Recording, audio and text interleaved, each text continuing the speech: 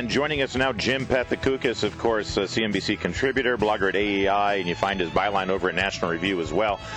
Jim Pethokoukis, what a week it's been in the economy. I want to get to the president's speech in a minute, but on Friday, the city of Detroit became the largest city in America to file for bankruptcy, and it seems like we can't get a straight answer from people on either side of the political equation as to what the real cause of this bankruptcy was. Meanwhile, yesterday, the city council of Detroit, they're facing a bankruptcy, and they spent their time demanding that the federal government investigate George Zimmerman. Is Detroit just such a mess that we should just cut it off from the rest of the country?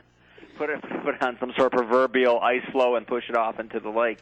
Listen, I think two big things went wrong with Detroit. One, all these sort of old industrial cities really suffered as manufacturing either moved offshore, became more automated.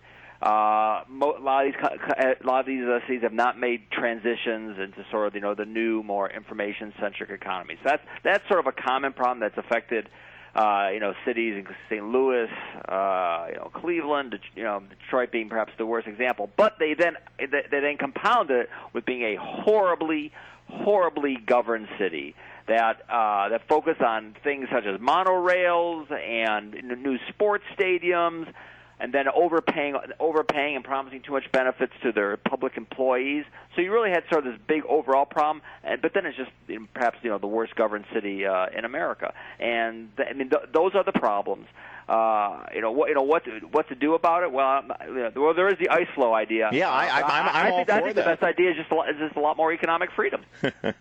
Well, but what would that look like exactly? And is there a political will in Motown to actually allow that to happen? Listen, I don't think there's a political will to cut Detroit a big check, even under this administration. I don't think there's political will nationally to do that. They can come up. They can start slashing some more, and they're going to go through bankruptcy. Give their creditors 10 cents on the dollar, and they can muddle through. If the muddle through scenario, that's fine. You can do that. But if you actually want this city to become a much more vibrant city that people actually want to move back to. The idea I suggested is, basically, for lack of a better term, turn Detroit into a light regulation, low tax enterprise zone, where then you would get private capital coming back in. Given by what their city council is doing, I think they're still sort of in a fog. I think they still haven't realized what dire straits they're in. So I think the most likely scenario is just, again, the muddling through. Well, the free enterprise zones, that was an idea that actually worked in most places it was tried. What I would do is that I'm actually want to. That's not a new idea, and actually the success rates of that idea have been a little iffy. What I'm suggesting is something a little bit different. Is that Detroit is shrinking. They're shrinking population-wise. There's vast amounts of unused land in Detroit. What I say is just turn that land. Is really kind of separated almost from the rest of the city, and make it its sort of own enterprise zone where then companies can come in, they can build, they want to lay new infrastructure. It's an idea by an economist named Paul Romer, who meant it for sort of third world countries to create their own little Hong Kongs and unused land, but I would apply it to Detroit. I want to move on to the president's speech. The president yesterday gave an hour-plus speech, one of the longest of his administration, in which he talked about getting back on track with the economy and growing the middle class. I seem to have seen a study that came from AEI, which suggests that when you look at the middle class, the history of the middle class in this country since the 1960s, yes, the middle class has shrunk. But it's not that people have gotten poorer; it's that they've moved into the higher income brackets. The middle class is actually doing pretty well. Thank you very much. Listen, the thing, and a lot of things bug me about that speech. The biggest thing that bugged me is that the president seems to think that the more pro-market turn in U.S. economic policy since the late 1970s, the regulation, the Reagan tax cuts, that whole thing was a complete mistake. So apparently he would like to go back to sort of where we were in the 1970s. To him, that things were better somehow then. Having lived through the 1970s, I don't remember it as being a great time. But for the president, apparently it is. But then he also makes this statement about that the middle class basically has gone nowhere since 1979 through 2007. Incomes have been flat. What a scathing indictment on all this free trade and tax cuts and deregulations. That is completely not true.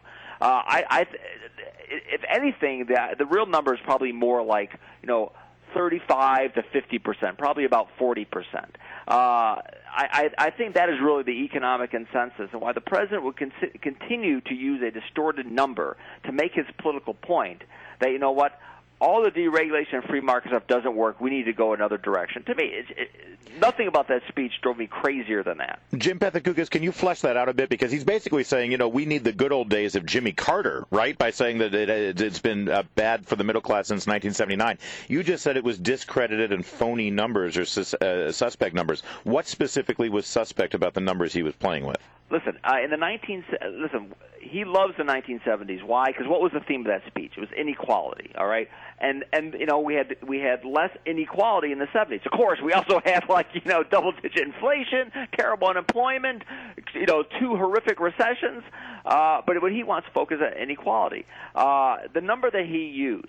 It doesn't take into account a lot of things. The number one thing is just a terrible mismeasurement, which other economists have found on family size, and it ggets a little complicated. But the number is actually 30. It's like I said, 30 to 40%, and it's insane that just with common sense. Do you really think that the average American family is no better off than it was in 1979? Does that just on a sort of instinctual gut level seem right? Well, no, to me it doesn't seem right. And when you look at the data, it's not right. So John Boehner, cut four, Mike. John Boehner, the Speaker of the House, takes to the floor after hearing the president's speech and said the following. What's it going to accomplish?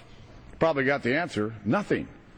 It's a hollow shell. It's an Easter egg with no candy in it.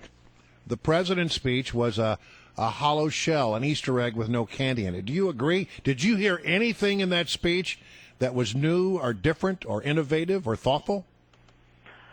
No. Listen, the president's plan is, we need to spend a lot more on infrastructure now, and then we need to make, for the long-term growth of the economy, we need to subsidize education, do all this stuff.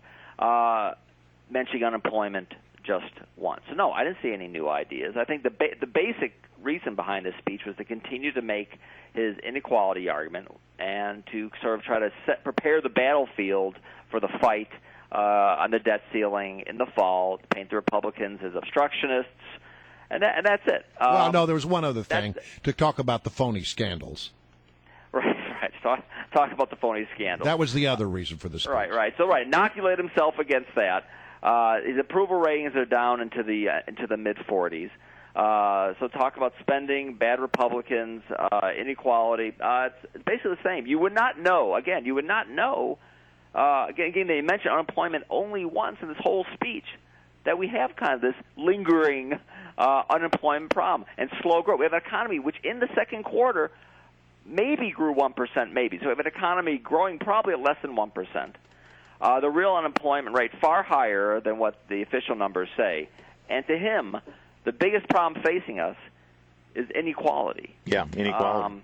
There you go. Well, all right, Jim Pethokoukis, thanks so much for joining us. Listen, obviously the economy is going to be a big topic of conversation between now and the fall when we have the continuing resolutions and the debt ceiling. Hopefully you can come back and join us again. I do what I can. Jim Pethokoukis, blogs for American Enterprise Institute, CNBC contributor. Thanks for joining